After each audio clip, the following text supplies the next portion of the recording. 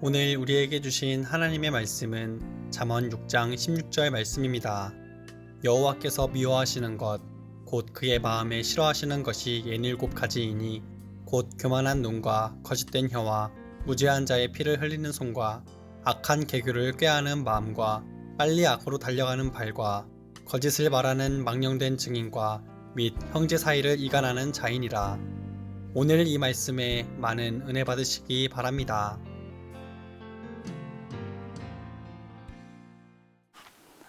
오늘 우리가 함께 나눌 말씀은 잠언 13장 20절의 말씀을 좀 우리의 삶 가운데 어떻게 적용할 수 있는가 하는 것입니다. 제가 이제 가깝게 교제하거나 또 여러 모임 가운데 함께하는 목사님들이 종종 전화를 걸어오시는데요. 제일 많은 것은 내가 지금 어깨에 통증이 생겼는데 혹시 성도들 중에서 또 제가 교제하는 의사 선생님 중에서 이 분야에 좀 추천해 줄 수 있는 분이 있는가 하는 이런 내용입니다. 그래서 좋은 의사 선생님을 찾는 그러한 이들이 많이 있습니다. 그것은 우리의 삶 가운데 의사 선생님들의 도움, 의료진들의 도움으로 우리의 병과 우리의 마음의 병을 좀 치유하는 일이 중요하기 때문일 것입니다. 이런 전화를 받을 때 저는 이제 오래전 한 컨퍼런스에서 이제 아주 유명하게 알려진 한 미국 교회를 인도하시는 미국인 목사님의 도전을 좀 생각해 보게 됩니다. 이분이 아주 영향력 있게 목회를 시카고 지역에서 하셨는데 30년 정도 목회하면서 교인들을 이제 보고 또 교회 신앙생활 열심히 하고 좋은 분들이 많았는데 이분들이 자기 인생에서 좋은 의사 선생님을 찾는가 또 좋은 변호사를 좀 찾아서 자기 비즈니스나 일에 이용하는가 또 이제 중년이 지나가면 다 몸에 이상 신호가 오고 열심히 일하는 사람들은 다 문제가 생기니까 이제 운동을 하게 되는데 테니스를 시작했으면 누가 좀 빠른 시간 안에 나를 좋은 테니스를 할 수 있는 몸과 마음과 기술을 알려줄 수 있는가? 좋은 테니스 코치, 좋은 축구 코치, 좋은 탁구 코치를 찾는 사람들을 사실 수없이 보아왔다는 것입니다. 근데 이제 목사님이 자기에게 평생을 신앙생활하면서 어떻게 하면 좋은 믿음 있는 그리스도인 친구를 제가 사귈 수 있을까요? 목사님 주변에 혹시 제게 소개해 줄 만한 제 연령이나 아니면 저보다 조금 연령대가 높거나 아니면 이런 분야에서 일하는 그리스도인 중에 제가 어떤 분하고 깊이 있게 좀 사귐을 갖고 인생을 나누면 좋을까요? 이런 질문을 한 번도 받아오지 못했다는 것입니다. 좋은 의사 선생님이나 좋은 변호사나 또 좋은 건축사는 그 일을 해결하는 데 도움이 됩니다. 당장 주어진 문제를 해결하는 것, 이 해결하는 것에는 그렇게 열심을 내는 그리스도인들이 혹은 사람들이 오히려 내 인생을 복되게 하고 지금 아주 분명하게 얘기하는 것처럼 지혜로운 사람과 동행하면 함께 길을 걸어가면 함께 인생을 길어가면 지혜를 얻는 것이고 이 지혜로운 사람에게 하나님께서 장수와 부귀를 주시고 그가 가는 길에 즐거움과 기쁨을 주시고 평강을 주신다고 말씀하셨는데 인생을 복되게 하고 인생을 즐겁게 하고 인생을 기쁘게 살기 위해서는 내 주변에 인생의 길을 같이 걷고 신앙생활을 같이 하고 또 일주일에 자주 만나고 삶을 나누는 사람이 그렇게 중요한데 왜 좋은 그리스도인을 좀 소개해 달라든지 추천해 달라는 질문을 하지 않을까? 우리가 신앙생활을 하면서 교회 공동체 안에서 혹은 같은 도시 안에서 특별히 늘 좀 전화하면 쉽게 만날 수 있고 얼굴을 볼 수 있는 좋은 친구들을 만나는 것은 또 만드는 것은 여러분이 노력해야 할 일입니다. 좋은 의사 선생님, 좋은 코치, 좋은 장소 이런 거에도 적극적이면서 어떻게 하면 내가 좋은 친구를 만날 수 있나요? 지금 목사님 교회에서 제가 좀 교제할 수 있는 사람을 소개해 줄 수 있나요? 이런 건 없다는 거죠. 이러면 반드시 삶에 문제가 생기게 되고 여러분이 하나님께서 지혜로운 사람 또 의로운 사람이 걸어가는 길에 주시는 즐거움을 누리는 일이 반감됩니다. 별로 즐거울 일이 없습니다. 평화를 누리는 일이, 평강을 누리는 일이 주어지지 않습니다. 이것은 하나님이 흔히 얘기하는 직통으로 위에서 내려주시는 게 아닙니다. 우리 주변에 있는 좋은 지혜로운 그리스도인들과 의로운 그리스도인들, 신실한 그리스도인들을 통해서 우리에게 주시는 선물입니다. 잠언의 친구에 대해서 여러 가지 교훈이 있는데요. 17장 17절 이렇게 쓰여 있습니다. 친구는 사랑이 끊어지지 아니하고 형제는 위급한 때를 위하여 낳느니라. 시사하는 바가 크다고 생각합니다. 친구와 또 형제, 가족을 완전히 나눠놓고 있죠. 인생에 살아가면서 좀 기쁜 일, 슬픈 일, 이런 어려운 일에서는 친구가 훨씬 더 위력을 발휘합니다. 그러나 아주 위급한 때를 맞이해서 내가 질병에 걸려서 일하지 못해서 내 아이를 좀 몇 년간 돌보아 줄 때, 이런 큰 희생을 감당해야 되는 것들은 가족이 더 위력을 발휘할 때가 있죠. 이 친구와 가족은 일종의 우리가 살아가는데 양손과 같은 것입니다. 하나가 없으면 너무 불편합니다. 양발과 같은 것입니다. 이 점을 여러분들이 한번 기억해 보시면 좋을 것 같습니다. 오늘 제가 지금 여러분과 함께 나누는 이 일들은 전도서나 잠언이 얘기하고 있는 인생에서 함께 걷는 사람이 얼마나 중요한가 하는 점에 대해서 여러분들이 마음에 두시면 좋겠고요. 전도서에 제일 잘 알려진 구절이 전도서 4장 9절 말씀이죠. 혼자보다는 둘이 더 낫습니다. 두 사람이 함께 일할 때 더 좋은 결과를 얻을 수 있기 때문입니다. 그 둘 중에서 걸어가다가 한 사람이 넘어지면 다른 한 사람이 동물을, 친구를 일으켜 세워줄 수 있습니다. 그러나 혼자 가다가 넘어지면 딱하게도 일으켜줄 사람이 없습니다.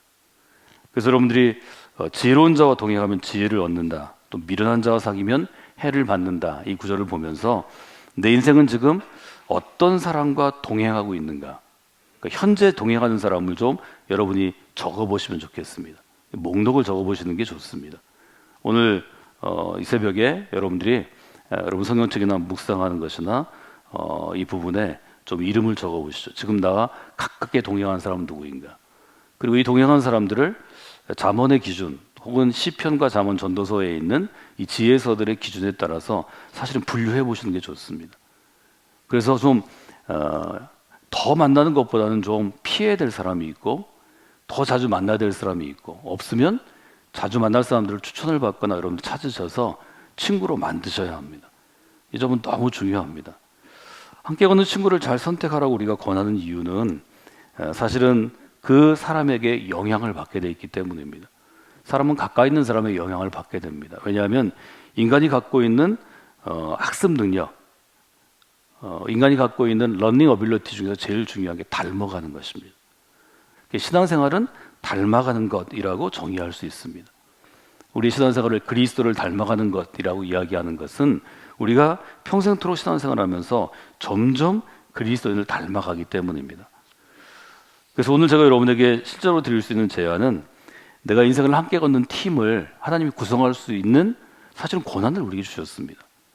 어떤 사람과 더 친해지게 하기 위해서는 시간을 좀 들여야 되고, 자주 만나야 되고, 또 함께 먹는 시간, 또 투자를 좀 해야 되고, 또 그분을 존중하는 마음을 내가 또 가져야 합니다. 아무리 자주 만나고 또 여러분이 투자하고 선물도 주고 같이 뭘 줬어도 존중하는 마음이 없으면 그 사람이 여러분을 존중하지 않습니다. 잠언에서 우리가 볼 수 있는 것은 지금 어떤 것인가 하면, 우리가 인생의 길에서, 믿음의 길에서 피해야 할 사람이 있고, 좀 멀리 해야 될 사람이 있고, 함께 해야 할 사람이 있다는 것입니다. 이 기준은 저는 매우 중요하다고 생각합니다. 왜냐하면 우리는 인생에 큰 제약이 있기 때문입니다. 우리 시간의 제약이 있습니다. 또 내 자신이라는 한계가 있습니다. 내가 아무리 그 사람과 친하고 싶어도 내가 그 사람과 친할 만한 가치 있는 삶을 살지 못하고 수준 있는 삶을 살지 못하면 그 사람이 나하고 별로 친해지지 않습니다. 이런 점을 여러분들이 한번 돌아보시면서, 우리가 믿음의 생활을 할 때 개인의 삶과 또 팀을 이루는 관계에서 제일 중요한 게 팀을 구성하는 능력입니다. 즉 지금 잠언 6장이 우리에게 알려주는 것은, 내가 함께 걷는 팀을 만들 때 피해야 할 사람과 함께 해야 할 사람이 있다는 것입니다. 여기 크게 나누어서 6가지 혹은 7가지로 세분해서 나눌 수 있는데요. 첫째로 우리가 피해야 할 사람을 얘기하는데 17절은 어떤 사람부터 피하라고 얘기하냐면 교만한 눈과 이렇게 쓰여 있습니다. 교만한 눈을 가진 사람을 먼저 피해야 합니다. 교만이라는 단어는 성경에서 굉장히 자주 쓰는 단어입니다. 교만은 어떤 것인가 하면 하나님을 인정하지 않는 것입니다. 이것이 가장 큰 교만입니다. 교만한 사람의 특징은 시편 1편에 있는 것처럼 하나님을 인정하지 않습니다. 하나님을 인정하지 않고 누구만 인정하냐면 나만 인정합니다.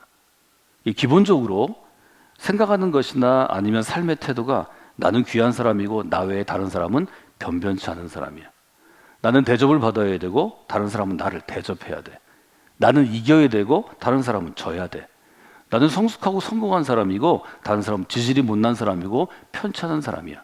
여러분, 이런 태도를 가진 사람은 인생의 길을 같이 걸어가실 필요가 없습니다. 잘 바꿔지지 않습니다. 고쳐지지 않습니다.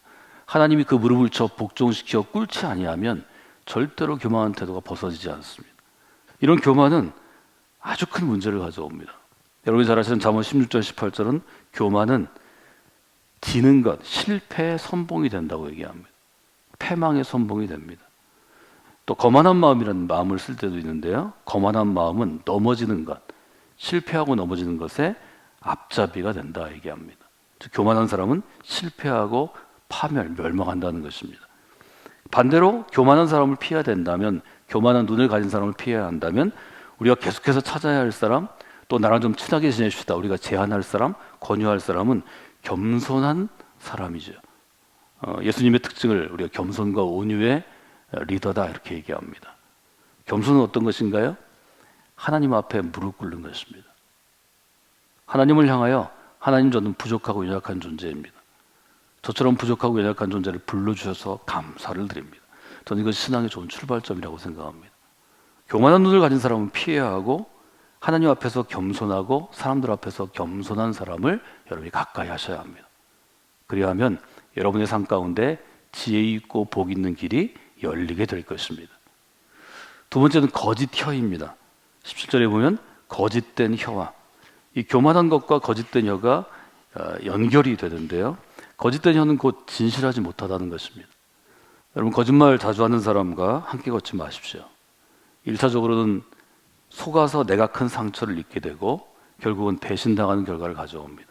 2차적으로는 이런 사람과 평생을 오래 하면 10년, 20년 같이 있으면 다른 사람이 여러분을 볼 때 여러분도 거짓혀를 가지고 있다고 인정하는 꼴이 됩니다. 거짓혀를 가진 사람은 어디 가든지 문제를 일으킵니다. 트러블 메이커가 됩니다. 갈등을 가져옵니다. 사실은 교회 안에서 열심히 있는 것 같은데 무슨 일을 맡겨놓으면 계속 찌그락찌그락 갈등이 생기고 어려운 사람들은 되게 그 언어가 문제가 있습니다. 거짓말 너무 잘합니다. 눈앞에서 거짓말합니다. 여러분, 이것은 반드시 피해야 될 것입니다. 그래서 여러분들이 함께 걷는 사람을 선정할 때 거짓혀를 가진 사람을 여러분들이 경계하셔야 합니다. 반대로 얘기하면 어떻게 될까요? 진실하게 말하는 사람을 가까이 하셔야 합니다. 말 한마디를 해도 생각해서 하고 다른 사람에게 피해를 주지 않으려고 하고 존중해서 하는 사람, 이것은 확실하게 구분할 수 있습니다. 시편 8편을 제가 여러분에게 되게 한 해에 한두 번 정도 인용하는데요. 시편 8편에 보면 1절에 이렇게 시작하죠. 하나님, 주의 장막에 머무를 자가 누구입니까? 주의 성산에 살고 있는 사람은 누구입니까? 즉, 하나님의 교회에, 하나님의 공동체에 누가 올라갈 수 있습니까? 2절에 이렇게 되어 있죠. 정직하게 행하고 공의를 행하고 마음의 진실을 말하고. 이때 마음의 진실을 말하고, 이것이 저는 중요하다고 생각합니다. 그의 혀로 남을 참소치 아니하고 허물하지 아니하고 이웃에게 악을 행하지 아니하고 이웃을 비방하지 아니하는 사람입니다. 누가 하나님의 교회, 누가 주의 장막에 주의 성산에 갈 수 있습니까? 하는 것에 그렇게 되어 있죠. 두 번째로 우리가 경계해야 될 것은 거짓 혀를 가진 사람이고, 반대로 얘기하면 진실하게 말하고 진실하게 행동하는 사람을 가까이 해야 합니다. 세 번째는 어떤 사람이 있나요? 17절 끝에 보면 무죄한 자의 피를 흘리는 손이 있습니다. 무죄한 사람들, 무죄하다 그런 것은 잘못이 비교적 없는 사람들이죠. 잘못이 없는 사람들을 피 흘리기 위해서 자기가 이익을 추구하는 사람이 있는데 이것은 곧 악한 사람입니다. 잠언 11장으로 보면 잔인한 사람입니다. 다른 사람에게 피를 흘림으로 자기가 유익을 얻는 것입니다. 이런 잔인한 사람들은 여러분의 몸을 해치게 되어 있습니다. 그래서 무죄한 자의 피를 올리는 사람이 아니라 인자한 사람과 동행해야 합니다. 여러분의 삶 가운데 인자한 그리스도인을 많이 만나고 또 여러분이 구분해서 그분들을 보고 그분들과 함께 교제하는 기쁨이 여러분에게 있기를 주님의 이름으로 축원해 드립니다. 18절에 이렇게 되어 있습니다. 악한 계교를 꾀하는 마음과 빨리 악으로 달려가는 발이 있다. 이렇게 되어 있습니다.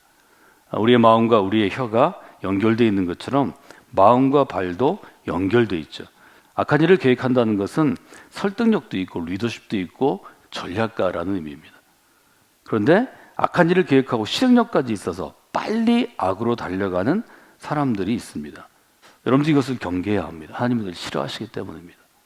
왜냐하면 악한 계획을 꾀하고 빨리 악으로 달려가는 사람들 때문에 비교적 선하거나 의롭게 살려는 사람들이 상당한 문제를 받기 때문입니다. 시편 15편 5절에 보면 이렇게 되어 있는데요. 이자를 받으려고 돈을 꾸어주지 않고 뇌물을 받고 무지한 자를 해하지 아니하는 자니 이런 일을 행하는 자는 영영이 흔들리지 아니하리라. 악한 계교를 꾀하는 마음과 빨리 악으로 달려가는 발을 가진 사람은 피해야 하고 반대로 선을 추구하고 의를 행하고 책망할 것이 없는 사람을 가까이 하라고 성경은 우리에게 권합니다. 여러분들이 그런 좋은 팀들을 잘 구성하는 분들이 되시면 좋겠습니다. 다음으로 볼 수 있는 것은 어떤 것인가 하면 19절에 있는 거죠. 거짓을 말하는 망령된 증인과 및 형제 사이를 이간하는 자니라. 19절에 보면 거짓을 말하는 증인이 나와 있습니다. 거짓을 말하는데 증인이 돼서 더 문제가 되는 것은 거짓된 증언을 통해서 비교적 선하고 바르게 살려는 사람을 넘어뜨리기 때문입니다. 이것은 공동체를 넘어뜨리는 굉장히 큰 문제가 생깁니다. 이런 거짓 증언하는 사람들의 의도를 파악하지 못하면 여러분이 잘못된 계략에 말려서 선한 사람을 오해할 수 있습니다. 이 사람은 죄가 없는데 우리가 미워할 수 있습니다. 심지어 교회에서 쫓아낼 수도 있습니다. 이것은 거짓과 선을 우리가 구분하는 아주 정말 날카로운 지혜가 있지 아니하면 아주 어렵다는 것을 여러분이 볼 수 있습니다. 거짓을 말하는 망령된 증인들은 피하고 신실한 사람들을 택하는가, 이것이 우리가 믿음 안에서 아름다운 공동체를 이루는데 아주 중요하다 하는 것을 볼 수 있습니다. 그리고 이제 여섯 번째는 형제 사이를 이간하는 사람이다. 거짓된 증언을 얘기하고 그 다음은 가까운 형제, 자매, 친구 또 성도와 성도 사이를, 목회자와 성도 사이를 이간하는 사람이 있습니다. 이런 사람을 우리가 트러블 메이커라고 부릅니다. 아무런 일도 없는데 문제를 일으키기도 합니다. 그냥 덮어줄 수 있는 일인데 크게 확대해서 문제를 만들기도 하죠. 하나님께서는 우리에게 트러블 메이커가 아니라 평강을 만드는 사람, 피스메이커가 되라고 우리에게 권하십니다. 형제 사이를 이간하는 사람이 아니고 평화를 만드는 사람이 되는 것, 이것이 우리에게 중요하겠다 하는 것을 우리가 돌아볼 수 있습니다. 정리를 한번 해보면 좋을 것 같습니다. 제가 두 가지 말씀드리는데요. 제일 중요한 건 여러분이 함께 걸어갈 믿음의 사람을 계속 찾으셔야 합니다. 또 소개받으셔야 합니다. 또 여러분이 이 사람과 동행하면 좋겠다고 소개해 줄 수 있는 사람도 돼야 합니다. 평생 신앙 공동체 안에서 믿음의 길을 걸어갈 정말 나보다 훨씬 더 신앙도 인격도 삶도 좀 좋은 사람을 여러분들이 옆에 두고 삶을 나누는 게 좋습니다. 삶을 나눈다는 것은 특별한 일만 하는 게 아니라 여러분의 소소한 일상을 나눌 수 있는 사람이 좋습니다. 피해야 될 사람의 목록으로 우리가 6가지로 정리했습니다. 교만한 눈을 가진 사람, 거짓 혀를 가진 사람, 무지한 자의 피를 흘리는 사람, 악한 계교를 꾀하고 빨리 달려가는 사람, 거짓을 말하는 증인, 거짓 증인들, 형제 사이를 이간하는 자. 이 6 부류는 여러분들이 피하셔야 되는데요. 여러분들이 잘 분별하시면 좋겠습니다. 중요한 것은 가까이 해야 할 사람이 누구니까 하는 거죠. 가까이 해야 할 사람을 우리가 보면 첫째는 겸손한 눈을 가진 사람입니다. 두 번째는 진실한 혀를 가진 사람입니다. 진실한 혀를 가진 사람. 세 번째는 무지한 사람을 돕고 세워주는 사람. 네 번째는 선한 일을 계획하고 선을 실행하는 사람. 다섯 번째는 입에 문지기를 두어 말을 지키는 사람. 여섯 번째는 형제 사이를 화평케 하는 사람. 여러분들이 기준을 좀 가지고 이 기준을 리스팅한 다음에 이 새해 동행하고 싶은 사람을 좀 찾으시면 좋겠습니다. 여러분들, 그래서 오늘은 내가 함께 걸어갈 수 있는 좋은 동행할 수 있는 친구를 하나님 제가 잘 찾아보게 하시고 또 하나님 보내주시고 제가 이 사람과 잘 교제할 수 있도록 도와주시옵소서. 이렇게 여러분들이 먼저 기도하시면 좋겠습니다. 두 번째로 기도할 것은 좀 하나하나 놓고 기도하는 것입니다. 하나님, 제 옆에 겸손한 눈을 가진 사람이 있기를 원합니다. 진실한 혀를 가진 사람이 있기를 원합니다. 무지한 사람을 돕고 그의 인생을 회복시켜주는 사람이 있기를 원합니다. 선한 일을 마음에 품고 선한 일을 좀 실현하고자 애쓰는 사람이 있기를 원합니다. 입에 문지기를 두어서 신실한 하나님의 증인이 되기로 결단한 사람을 원합니다. 다른 사람들을 이간시키고 문제를 만드는 것보다 그리스도께서 하신 것처럼 담을 허시고 막힌 담을 허시고 하나 되는 화평의 사람이 제게 필요합니다. 여러분들이 할 수 있으면 성악계 믿음 공동체에서 이런 분들이 먼저 되십시오. 그리고 여러분들이 친구가 되어주시면 이런 분들이 또 여러분에게 친구하자고 다가올 것입니다. 여러분, 이런 분들이 여러 명이 여러분의 삶에 정말 죽을 때까지 같이 있어야 합니다. 그래야 우리의 삶에 지혜로운 사람에게 약속하신 지혜로운 사람과 동행할 때 얻는 그 큰 축복을 우리가 누릴 수 있습니다. 여러분들이 그런 분들이 되시기를 주님의 이름으로 부탁을 드립니다.